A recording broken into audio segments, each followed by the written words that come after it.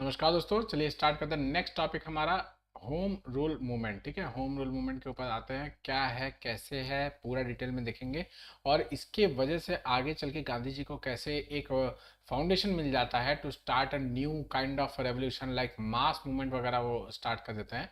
उसका मेन अगर कहा जाए कि मतलब ग्राउंड वर्क किसने किया, तो होम रूल मूवमेंट ने ही किया था। कैसे किया था उसके बारे में हम लोग यहाँ पे डिस्कस करेंगे और डिटेल में देखेंगे। ओके, देखिए पहले तो आप लोगों को बताना बताना चाहूँगा कि ये होम रूल मतलब क्या होता है, होम रूल मूवमेंट क्या है एक्चुअली बताना चाहूँगा। तो आयरलैंड में, ठीक है, आयरलैंड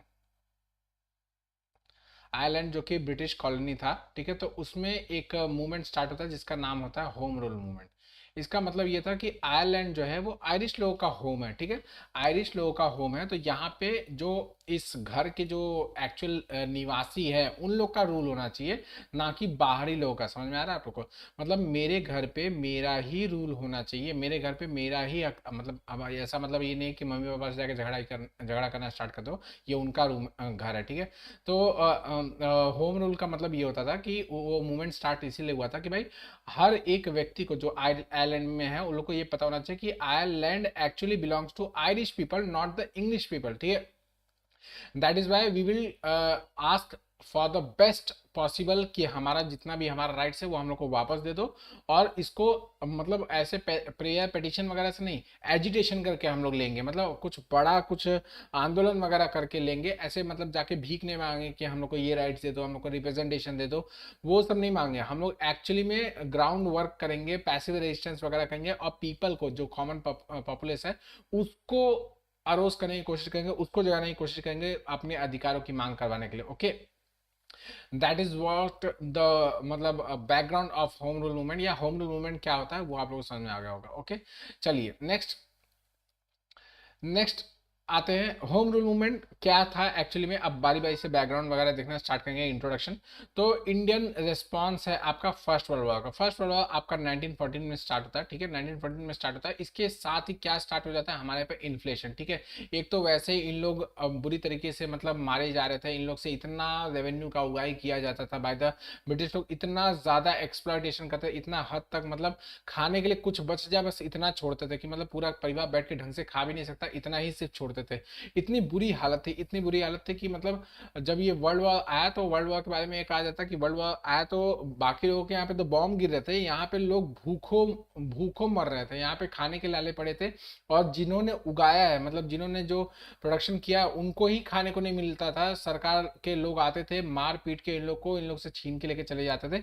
इस तरीके के हालात थे। ठीक है, उस समय के अगर नोट्स वगैरह आप लोगों को कहीं पे देखने को मिल जाए, उस समय के कुछ भी अगर रीडिंग्स वगैरह पढ़ने को मिल जाए, तो आप लोगों को पता चलेगा कितनी दया मतलब कितनी भयंकर और विभत्स स्थिति थी उस समय। ओके, तो इस समय पे ऐसे बुरी स्थिति में जब हाई टैक्सेशन चल रहा है, हाई प्राइसेस चल रहे हैं, इन्फ्लेशन एकदम अपने चरम पे है और साथ ही साथ लोगों को खाने पीने के लाले पड़े हुए हैं, उस समय पे तिलक और एनी बेसेंट जैसे लोग आते हैं और इन लोगों ने सोचा कि भाई अब जो क्या कहा जा सकता है, पीपल है वो अरोज हो चुका है, उन लोग के अंदर अब गुस्सा है, रोष है, उनको कुछ चाहिए प्रतिक्रिया करने के लिए अगेंस्ट में किसी को। जैसे कि मैंने आप लोगों को बताया स्वदेशी इससे पहले वाले वीडियो में कि स्वदेशी मूवमेंट के दौरान एक्सट्रीमिस्ट लोगों ने क्या किया कि भाई उन लोगों ने ये देखा कि पीपल्स आर अरोज, जब जो कॉमन पॉपुलेशन है, जो कॉमन मैन है वो अरोज हो चुका है कि उसको अपने अधिकार चाहिए, उसको देख उसको अब घुटन महसूस हो रहे है, उसको ये सब चीजें बुरी लग रही है। तो दैट इज वाई वो क्या चाहता है, इन सब से बाहर आना चाहता है। इन सब से बाहर आने के लिए वो क्या करना चाहता है, एजिटेशन करना चाहता है। ठीक है,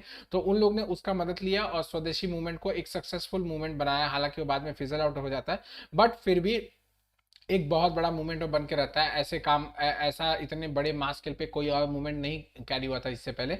नेक्स्ट आता है आपका होम रूल मूवमेंट। क्यों? क्योंकि अब ये जो आपके अनी बेसेंट और तिलक जी हैं, इन लोग को समझ जाता है कि भाई सेम वही कंडीशन वापस से पुरानी वाली हो गई है और हम लोग को इसके ऊपर एम्बैंक करने की कोशिश करनी चाहिए।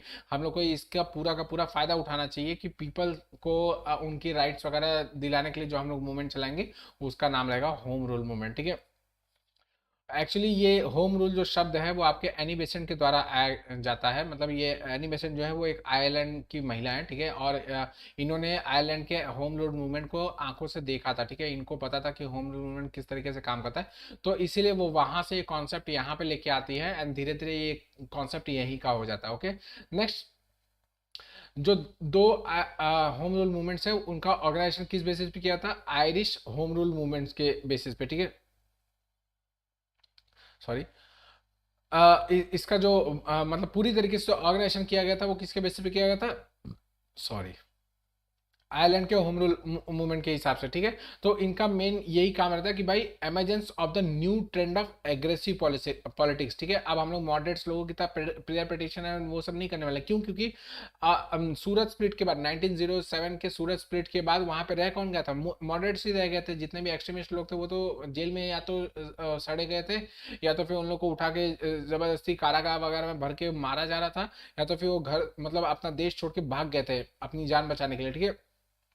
तो जो बचे थे वो आपके सिर्फ मॉडरेट से, उन लोगों का कोई भी कंट्रीब्यूशन इस समय आप लोग को बड़ा देखने को नहीं मिलता। इनफैक्ट इस समय जो रेवोल्यूशनरी एक्टिविटीज होते हैं, जो रेवोल्यूशनरी फ्रीडम फाइटर्स होते हैं वो ज़्यादा एक्टिव हो जाते हैं। किलिंग ऑफ द क्या बोलते हैं, इंग्लिश ऑफिसर्स वगैरह को किल करना, असैसिनेशन करना, ये सब चीज़ें इस समय बहुत ज़्यादा हो जाते हैं, ठीक है। तो लोगों का जो ये गुस्सा था, ये गुस्सा एम्बैंक करने की कोशिश कर रहे हैं आपके तिलक जी और Annie Besant ji. Okay, next, home rule movement ये एक नया डायमेंशन देता है, सेंस ऑफ अर्जेंसी देता है, ये सब कोई जितना खास चीज़ है आप लोग को पढ़ने की जरूरत नहीं है। इसका एक कल्मिनेशन ये होता है कि मतलब कल्मिनेशन नहीं, इनफैक्ट इस रूल का जो क्या कहा जाएगा कि लॉन्च पैड जिसको कहा जाए वो होता है लखनऊ पैड। एक्चुअली क्या होता है कि आफ्टर 1907 जब सूरत का स्प्लिट हो जाता है तो आपके जो तिलक जी रहते हैं उनको 6 साल के लिए मांडले भेज दिया था, ठीक है। मांडले, मांडले कहाँ है, आपके बर्मा में, ठीक है। बर्मा की मैपिंग अगर आप लोग देखेंगे तो वहाँ पे मैंने मांडले जेल बताया हुआ है, ठीक है। तो मांडले में इसको भेज दिया था 6 साल के लिए, और वहाँ पे इनको मतलब सख्त कारावास में रखा जाता, ठीक है। आफ्टर दिस वो जब 2000 मतलब 1908 से लेके 1914 तक ये वहाँ रहते हैं, ठीक है।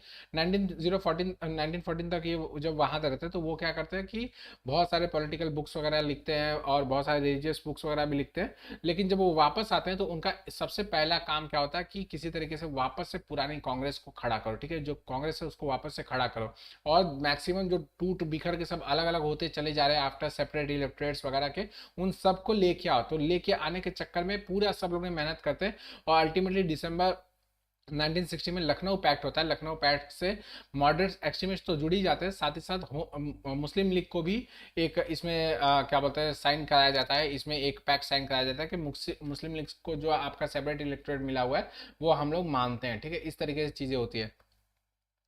नेक्स्ट, आपका जो इंडियन होम रूल मूवमेंट है, it was a movement in British India on the lines of Irish home rule movement, जैसे मैंने आप लोग बताया। नेक्स्ट, ये कितने साल तक चला, 2 साल तक ही मोस्टली ये काम किया, उसके बाद ये फिजल आउट होता चला गया।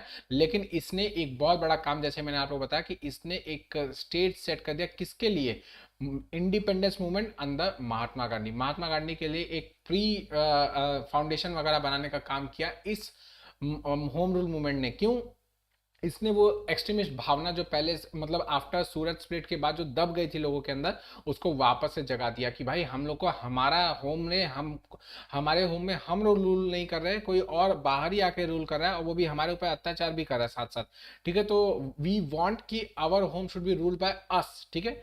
नेक्स्ट, इसका बैकग्राउंड तो मैंने बताया कि भाई बैकग्राउंड एक तो वर्ल्ड वॉर था, उसके बाद गवर्नमेंट ऑफ इंडिया एक्ट 1909 आया था, जो कि पूरी तरीके से एकदम घटिया कानून था। एंड जो मॉडरेट्स थे जो सोच रहे थे कि हम लोग को बहुत अच्छा कुछ मतलब चॉकलेट मिल जाएगा, वो कुछ नहीं मिलता, इन लोग को सिर्फ उल्लू बना देते हैं।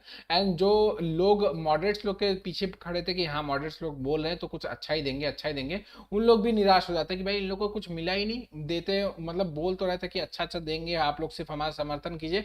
हम लोग ने पूरा समर्थन भी किया और हम लोग को मिला क्या, कुछ नहीं, ठीक है। नेक्स्ट, इसी के साथ आप लोग का हो जाता है split in the Congress, Surat split जो मैं बता रहा हूँ 1907 के अंदर।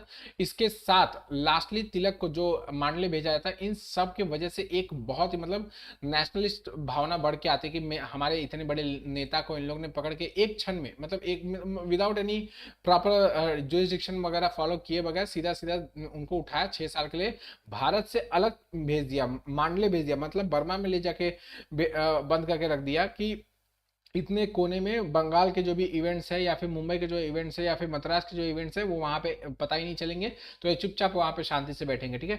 दिस वाज मतलब ये पूरी तरीके से मतलब टॉर्चर करने का एकदम अल्टीमेट स्टेज था उस समय। बर्मा वैसे इंडिया का हिस्सा था, ओके। नेक्स्ट 1915 के अंदर बहुत सारे ऐसे काम होते हैं जो कि आपका स्टेज सेट कर देते हैं कि अब नेशनलिस्ट मूवमेंट स्टार्ट होना चाहिए। कौन सा नेशनल मूवमेंट? आपका होम रूल मूवमेंट, ठीक है। क्या क्या आपके इस वक्त इवेंट्स होते हैं? तो आपका एक तो फर्स्ट इवेंट है वर्ल्ड वॉर वन, ठीक है। वर्ल्ड वॉर वन एक बहुत बड़ा इवेंट होता है। नेक्स्ट आपका 1914 के अंदर जो आपका लखनऊ पैक्ट होता है, 1916 में जो आपका लखनऊ पैक्ट होता है वो, ठीक है। 1914 के अंदर जो तिलक का रिटर्न होता है वो। उसके अलावा stature of the Annie Besant जो राइज करता था कंटिन्यूसली, जो एनी बेसेंट आई रहती हैं वो home rule home rule home rule जो बताती हैं, वो लोगों के कान में पड़ता है, उन लोगों को समझ में आता है कि भाई ऐसा कुछ हो रहा है भाई। एक तो वैसे अंग्रेज थी बोलती थी तो उन लोगों को समझ में आता था कि हाँ भाई कुछ तो ये अंग्रेजों की तरफ से बोल रही, अंग्रेजों की तरफ से नहीं बोल दिया, हमारी तरफ से बोल दिया, तो और भी लोग इनकी तरफ और ज़्यादा आकर्षित होते हैं, ओके। तिलक जी का रिटर्न होना। नेक्स्ट इसी के साथ साथ स्प्लिट इन द कांग्रेस को जो रिजॉल्व करने की जो बात हो रही थी आफ्टर द रिटर्न ऑफ तिलक तिलक जी के आने के बाद से जो ये होता है कि भाई कांग्रेस को वापस से रिवाइव किया जाए, जो आपके एक्सट्रीमिस्ट और मॉडरेट्स हुए हैं उन लोग को एक लाया जाए वापस से, एक जगह पे लेके आया जाए। इसके अलावा उसी समय पे 1914 में गदर म्यूटिनी होती है, ठीक है। गदर म्यूटिनी रास बिहारी बोस के क्या बोलते हैं प्रतिनिधित्व में होता है, ठीक है। इसमें और भी काफी लोग रहते हैं, लाला हरदयाल, ये सब चीजें, ये सब लोग भी रहते हैं। वो सब कभी और डिस्कस किया जाएगा। बट इसको बुरी तरीके से, बहुत बुरी तरीके से इसको सप्रेस किया जाता है। ये सब चीजें एक डिसकंटेंट पैदा करती है कॉमन पीपल के अंदर की भाई एक तो हम लोग अपने अधिकार के लिए लड़ रहे हैं, ऊपर से आप उनको मार भी रहे हो, पीट भी रहे हो, जेल में भी डाल रहे हो, और उसके बाद भी आप लोग का मन नहीं भरा, जेल में घुस घुस के मार रहे हो, ठीक है। This all set the stage for home rule movement, ठीक है। होम रूल मूवमेंट का ये स्टेज सेट करती है, ओके। नेक्स्ट ऑब्जेक्टिव्स की बात करते हैं होम रूल मूवमेंट का, ठीक है। दोनों भी होम रूल मूवमेंट इंडिपेंडेंटली काम करेंगे, लेकिन इंडिपेंडेंट होने के साथ साथ ये एक दूसरे को सपोर्ट भी करेंगे, लेकिन इन सब के ऑब्जेक्टिव्स लगभग सेम रहेंगे। इन दोनों के ऑब्जेक्टिव लगभग सेम रहेंगे, ओके। फर्स्ट जो प्राइम है सेल्फ गवर्नमेंट, होम रूल का मतलब सेल्फ गवर्नमेंट, ठीक है। हम लोग को हमारा सेल्फ गवर्नमेंट चाहिए जिसपे हम लोग अपना काम करें, हम लोग अपनी तरीके से अपने आप को गवर्न करें, आप मत सिखाओ, ठीक है। नेक्स्ट है पॉलिटिकल एजुकेशन को प्रमोट करना एंड डिस्कशन को प्रमोट करना इन द पीपल, ठीक है।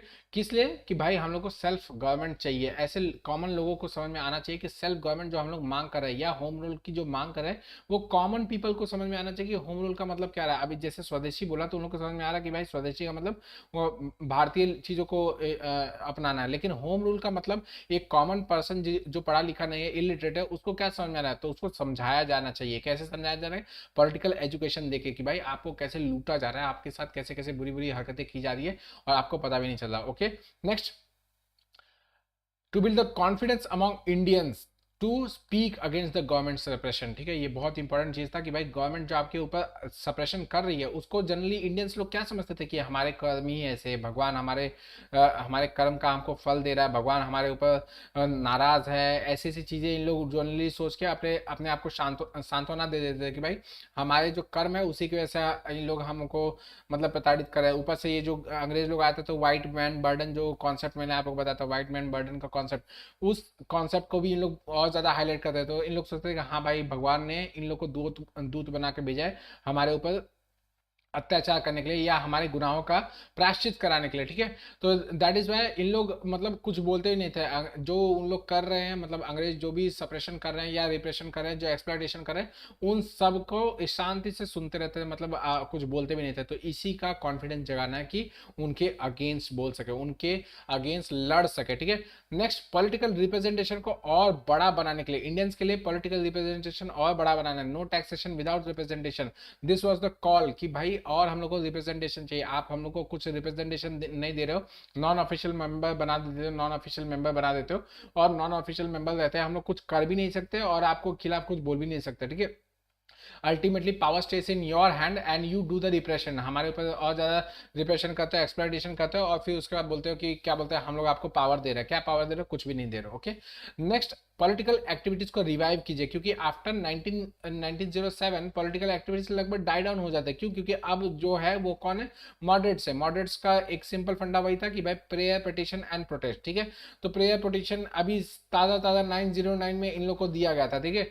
तो अब इन लोग प्रेयर करेंगे, पिटिशन करेंगे, तब तक तो इन लोग को मतलब बुरी तरीके से दबाने के लिए एक नया तरीका इन लोग कुछ ना कुछ निकाल ही लेंगे ब्रिटिश लोग। That is why political activity was next to negligible, बहुत ही कम हो चुका था। और इस समय जो पॉलिटिकल एक्टिविटी जो छोटी मोटी थोड़ी थोड़ी हो भी रही थी वो जनरली रेवोल्यूशनरी टाइप की थी, ठीक है, रेवोल्यूशनरी टाइप की एग्रेसिव पॉलिटिक्स थी और उसको बुरी तरीके से दबा दिया जाता है बाय द ब्रिटिशर्स। तो इसके लिए ये हुआ कि भाई पॉलिटिकल एक्टिविटीज को हम लोग को रिवाइव करना है, ठीक है, और साथ ही साथ हमारे पॉलिटिकल पार्टी को एक एकजुटता, मतलब कांग्रेस पार्टी जो है उसको और एकजुटता लाओ, उसको और मतलब संगठन को और मजबूत बनाओ, ठीक है। This was the all objectives of the home rule movement. Okay, next contribution की बात करते हैं। कंट्रीब्यूशन तो इसने सबसे इंपॉर्टेंट जो चीजें की वो है डेमोन्स्ट्रेशन एंड एजिटेशन। इससे पहले आपके मॉडरेट्स लोग थे, ठीक है, मैंने बताया मॉडरेट्स लोग आफ्टर सूरज स्प्लिट मॉडरेट से सिर्फ रह गए थे, तो वो क्या करते थे, प्रेयर, पिटिशन एंड प्रोटेस्ट, ठीक है।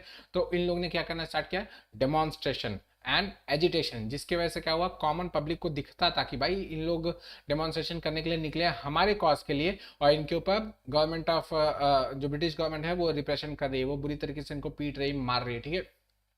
नेक्स्ट, हर जगह जगह पे पब्लिक मीटिंग्स ऑर्गेनाइज की जाती है और यहाँ पे लीडर्स लोग आके ओपनली क्रिटिसाइज करते थे ब्रिटिश पॉलिसीज को। तो लोगों को, जो कॉमन पब्लिक था, जिसको मतलब मॉडरेट्स लोग जाके एक सेंट्रल लेजिस्लेटिव असेंबली में जाके गालियां देते थे, काउंसिल के अंदर जो गालियां देते थे, वो अब यहाँ पे लोग कॉमन पब्लिक के बीच में गालियां दे रहे थे कि भाई इन लोग देखो ऐसा ऐसा कर रहे हैं, आप लोग के साथ लूट खसोट कर रहे हैं, आप लोग को समझ में भी नहीं आ रहा।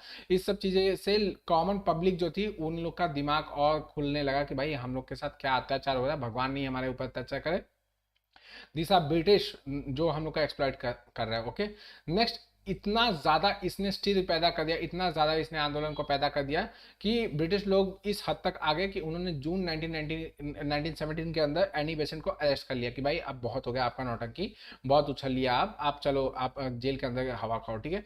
तो इतना मतलब इनके अरेस्ट करने के बाद तो ब्रिटिश लोग की और हालत खराब हो गई, क्यों, क्योंकि जो मतलब क्या बोलते चार्ज किया गया था, जो पब्लिक को, कॉमन पब्लिक को चार्ज किया था पब्लिक मीटिंग्स के द्वारा, डेमोन्स्ट्रेशन के द्वारा, एजिटेशन के द्वारा, उससे पब्लिक और ज्यादा गुस्सा हो गई कि हमारे लीडर को उठा के इस बार लेके जाओगे, हम लोग देखते रहेंगे, नहीं ऐसा नहीं होने वाला। लास्ट टाइम आपने तिलक जी को उठा के ले जाके मांडे जेल में भर दिया, तो अब आप एक बार हम लोग शांत रहे तो हर बार शांत रहेंगे, नहीं ऐसा नहीं होने वाला। इस बार, सॉरी, इस बार we will teach you the lesson, ठीक है। इन लोगों ने और ज्यादा प्रोटेस्ट करना स्टार्ट कर दिया, कॉमन पब्लिक जमीन पे आ गई और रोड रास्ते हर जगह पिकेटिंग एंड एजिटेशन, आगजनी आंदोलन, ये सब स्टार्ट हो गया, जिसकी वजह से क्या हुआ कि विद इन 2 मंथ्स आफ्टर, मतलब आपका जून में पकड़ी गई एनिबेशन, उसके बाद जुलाई अगस्त, उसके बाद ही सितंबर में इनको छोड़ दिया गया कि भाई आप जाओ शांति से रहो, हम लोग को परेशान ना करो और ना ही आप मतलब खुद भी परेशान हो ना हम लोग को परेशान करो, ठीक है। होम रूल लीग का सबसे इंपॉर्टेंट चीज क्या था कि वो फंक्शन करती थी पूरे साल भर काम करती थी, अनलाइक कांग्रेस पार्टी। जैसे मैंने आप लोग बताया कि कांग्रेस पार्टी क्या करती थी कि 26 दिसंबर के आसपास आती थी और वहां पे मीटिंग वगैरह होता था, 2-3 दिन तक चाय नाश्ता वगैरह हुआ सब, उसके बाद बिफोर आपके 1 जनवरी से पहले या 31 दिसंबर से पहले सब अपने अपने जगह पे वापस चले जाते। क्यों, क्योंकि इस दौरान क्रिसमस की छुट्टियां लगती थी, तो पूरा का पूरा ब्रिटिश एम्पायर शांत हो जाता था, जितनी गवर्नमेंट मशीनरी थी वो सब कुछ शांत हो जाता था और कोई भी काम नहीं होता था। दैट इज वाई इस समय इन लोग को छुट्टी मिलती थी और इसी समय यहाँ पे अधिवेशन रखते थे, सेशंस वगैरह रखते थे। ओके, बट यहाँ पे होम रूल लीग कंटिन्यूसली काम कर रहा है, साल भर काम कर रहा है, इसके लीडर्स हर समय डेमोन्स्ट्रेशन कर रहे हैं, हर समय पब्लिक मीटिंग्स कर रहे हैं, हर समय जाके लोगों के बीच में उनको जागरूक करने की कोशिश कर रहे हैं, ओके, एजुकेशन देने की कोशिश कर रहे हैं। नेक्स्ट, इतना ज्यादा मूवमेंट का मतलब आफ्टर द एनी बेसेंट के अरेस्ट के बाद इतना ज्यादा इसने सपोर्ट गार्नर कर लिया कि दोनों लीग्स के अंदर लगभग 40,000 से ज्यादा मेंबर्स हो गए थे, ठीक है। और ये ऐसे वैसे मेंबर नहीं थे, कॉमन पब्लिक के साथ साथ इसके अंदर जो हाई स्टेचर के लोग थे वो भी इसके अंदर भरे पड़े थे, जैसे कि मोहम्मद अली जिन्ना, जो जोसेफ बैप्टिस्टा खरपड़ी, सुब्रमण्यम अय्यर, ये सारे के सारे इसमें पार्टिसिपेट कर लिए कि भाई हम लोग भी इनके मेंबर बनेंगे, हम लोग भी इनके मेंबर बनेंगे। तो they were the members of Congress as well as Muslim League as well as home rule movement, ये सबका मूवमेंट का मतलब ये एक कंबाइंड वेंचर बनते चला जा रहा था और इसके वजह से क्या होता है ये और भी ज्यादा मजबूत होता चला जाता। क्यों, क्योंकि अब तो और संगठन और मजबूत हो रहा है ना, कांग्रेस भी इसी के अंदर है, इसी के अंदर आपके मुस्लिम लीग के भी मेंबर्स है और भी जो लीगल पार्टीज है जो मतलब इंडिपेंडेंटली काम करी, वो सब कुछ इसी के अंदर आके बैठ गई, ठीक है। तो इससे क्या हो रहा था और भी मूवमेंट और ज्यादा पावरफुल होते चला जाता, ठीक है। नेक्स्ट, इसी की वजह से मॉडरेट्स, एक्सट्रीमिस्ट और मुस्लिम लीग सब एक थोड़े समय के लिए इस मूवमेंट की वजह से यूनाइट हो जाते हैं। ओके, नेक्स्ट, इसने पॉलिटिकल कॉन्शियसनेस को हर जगह पे पूरे के पूरे भारत में फैलाने का एक बहुत बड़ा काम किया। ठीक है, तो इसी की वजह से, क्योंकि आप जैसे तिलक जी थे आपके बॉम्बे वाले पूरे के पूरे एरिया में काम करते हैं। ठीक है, लेकिन बॉम्बे प्रेसिडेंसी की बात की जा रही है, बॉम्बे अभी का मुंबई की बात नहीं की जा रही।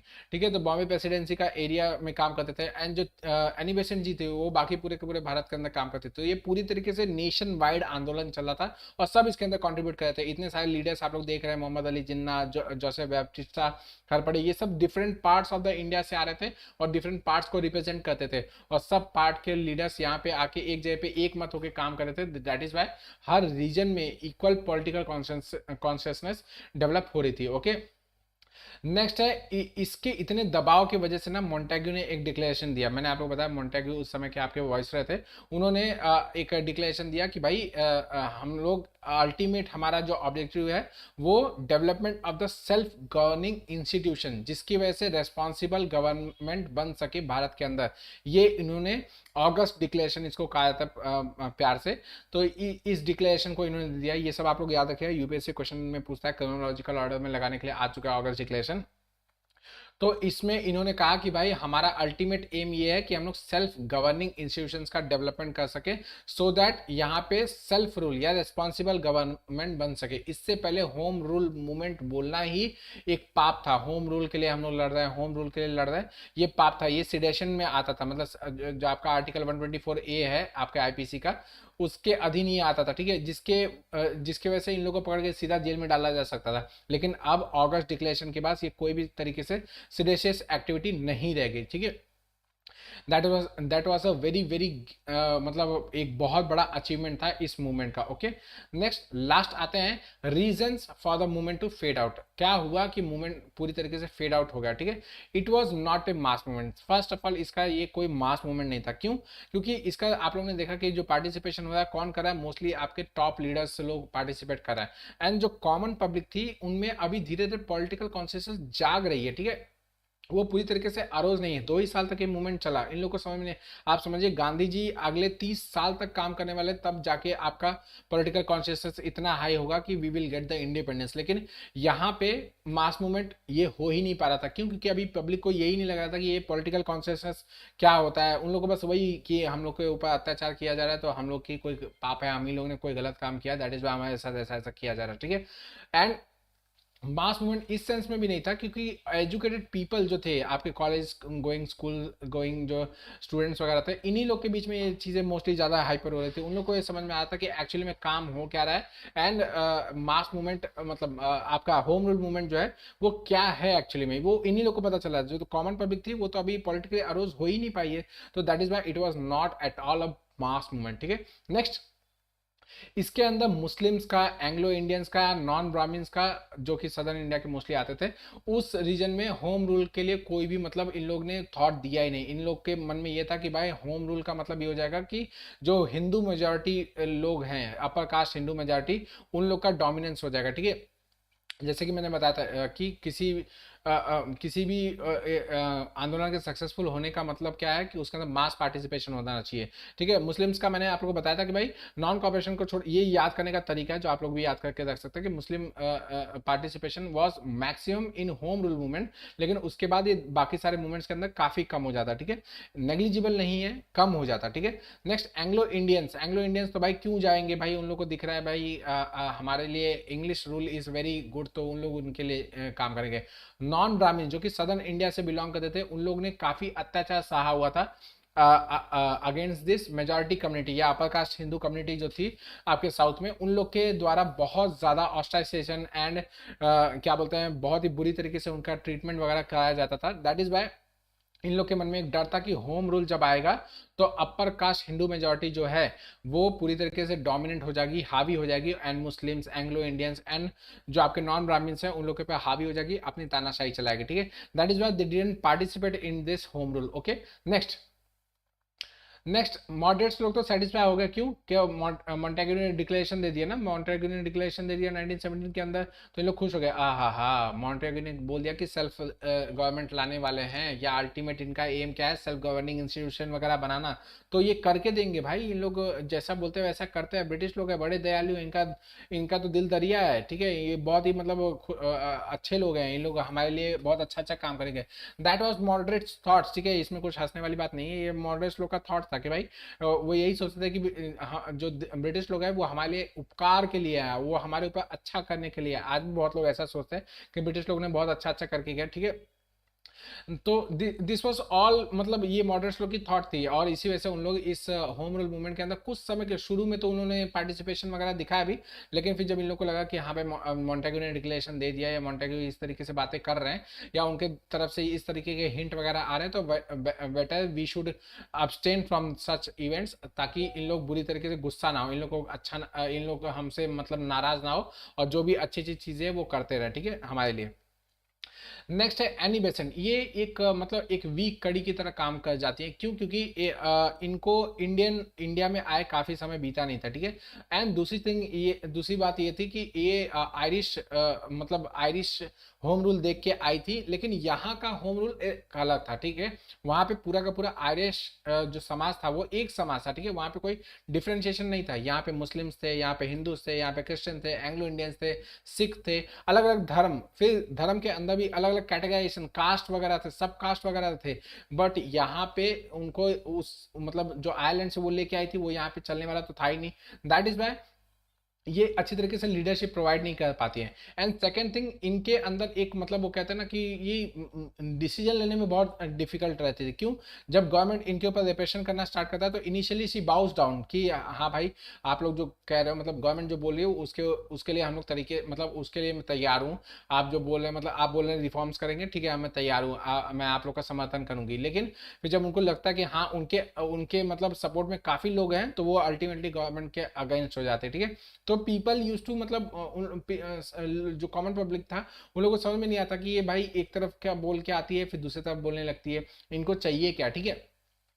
नेक्स्ट है आपके तिलक जी का एक उनका केस चलता रहता है इंग्लैंड में, ठीक है, इन्होंने केस किया रहता है, एक बुक लिखी गई रहती है सर इग्नाशियस वैलेंटिन शिरोल, मैंने आप लोगों को बताया था इस बुक के बारे में। तो इन्होंने लिखा होता है एक बुक जिसका नाम है इंडियन अनरेस्ट, उसमें उन्होंने कहा होता है तिलक जो है वो फादर ऑफ इंडियन अनरेस्ट है, ठीक है। ये भारतीय उपद्रव का पिता है, ठीक है, भारतीय भारतीय उपद्रव के पिता है, ऐसा तिलक को इन्होंने ख्याति दिया रहता है। दैट इज वाई इन्होंने डिफेमेशन का केस किया रहता है अगेंस्ट दिस पर्सन, ठीक है। और एक केस चलता रहता है इंग्लैंड के अंदर। तो ये चले जाते हैं सितंबर 1918 में इंग्लैंड इंग्लैंड जाते हैं। तो यहाँ पे कौन रह जाता है? सिर्फ और सिर्फ एनी बेसेंट, क्योंकि यही दोनों का होम रूल मूवमेंट चल रहा था। तो एनी बेसेंट का मैंने प्रॉब्लम बता दिया, वो उतनी लीडरशिप क्वालिटी उनके अंदर थी नहीं, और तिलक जी चले गए इंग्लैंड, तो वो केस जब तक चलेगा नहीं तब तक वो इंग्लैंड में रहने वाले। तो दैट इज वाई यहाँ पे धीरे धीरे एक डाउनग्रेड आना स्टार्ट होता है, लोग इससे फिजल आउट होना स्टार्ट कर देते हैं, बाहर निकलना स्टार्ट कर देते हैं कि अब तो भाई कोई लीडर ही नहीं रहेगा, ठीक है। नेक्स्ट गवर्नमेंट ने क्या किया? डिफेंस ऑफ इंडिया एक्ट 1915 उसी समय पास किया था, just after the world war 1। World war के स्टार्ट होते हुए उन्होंने ये बहुत ही पावरफुल एक्ट था जिसको इन्होंने मतलब लागू कर दिया, और किसी को भी पकड़ पकड़ उठा के सिर्फ जेल में डाला, ठीक है। डिफेंस ऑफ इंडिया एक्ट 1915 जो थी उसमें ये पावर दिए गए थे कि अगर के बिना पे वो जिसको चाहे वो उसको उठा के जेल के अंदर भर सकते हैं, ठीक है। तो ये क्या बोलते हैं ये पावर जो होती है, इसी पावर की वजह से जितने लोगों को पकड़ पकड़ के जितना चाहते हो उन लोगों को सबको जेल में भरना शुरू कर देते हैं, ठीक है। नेक्स्ट, स्टूडेंट्स लोग को पूरी तरीके से प्रोहिबिशन किया गया था बाय द होम रूल लोग को, मतलब होम रूल के जो एनी बेसेंट एंड तिलक जो रहते हैं वो कहते हैं स्टूडेंट्स लोग को कि आप लोग इसमें पार्टिसिपेट नहीं कीजिए, क्यों? क्योंकि ये एजिटेशन जो है वो थोड़ा सा हिंसक हो सकता है, इसमें लोग डंडे खा सकते हैं, इनको मतलब मार वार पड़ सकती है। तो बेटर स्टूडेंट्स वगैरह इसके अंदर पार्टिसिपेट ना करें, अगर करना चाहते हैं तो अपने बेसिस पे करें, अपने रिस्क पे करें, हमारे रिस्क पे ना करें, ठीक है।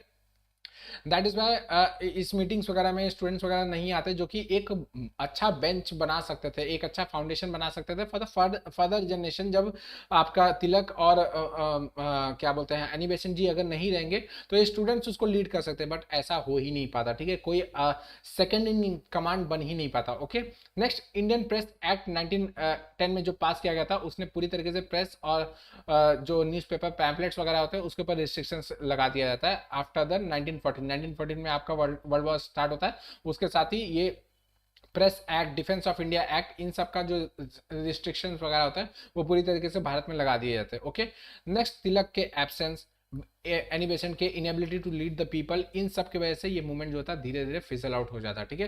एंड इसी समय पे आपके क्या बोलते हैं इस पिक्चर के अंदर एंट्री मारते हैं आपके महात्मा गांधी जी, ठीक है।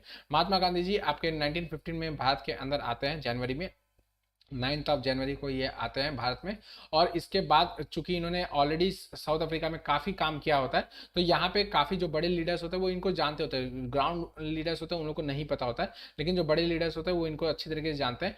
एंड ऑलरेडी जो ये आपका होम रूल मूवमेंट जो इतना सारा काम किया, लोगों को अरोज किया, पब्लिक अवेकनिंग की, पॉलिटिकल कॉन्शियसनेस उन लोग के डेवलप किया, उसके ऊपर बैंक कौन करने वाला है, महात्मा गांधी जी। वो इसको एक नया दिशा देंगे, एक नया चैनल देंगे, एक नया रास्ता देंगे, और फिर उसके बाद नए नए अच्छे अच्छे आंदोलन वगैरह हम लोग को देखने को मिलेंगे। तो बाकी सारे आंदोलन हम लोग नेक्स्ट वीडियोस में कंटिन्यू करेंगे। ओके, चलिए इसी के साथ वाइंड अप करता हूँ, आप लोग से कल फिर मुलाकात होगी लगभग इसी टाइम पे, तब तक ऐसे पढ़ते हैं। थैंक यू वेरी मच, चलिए।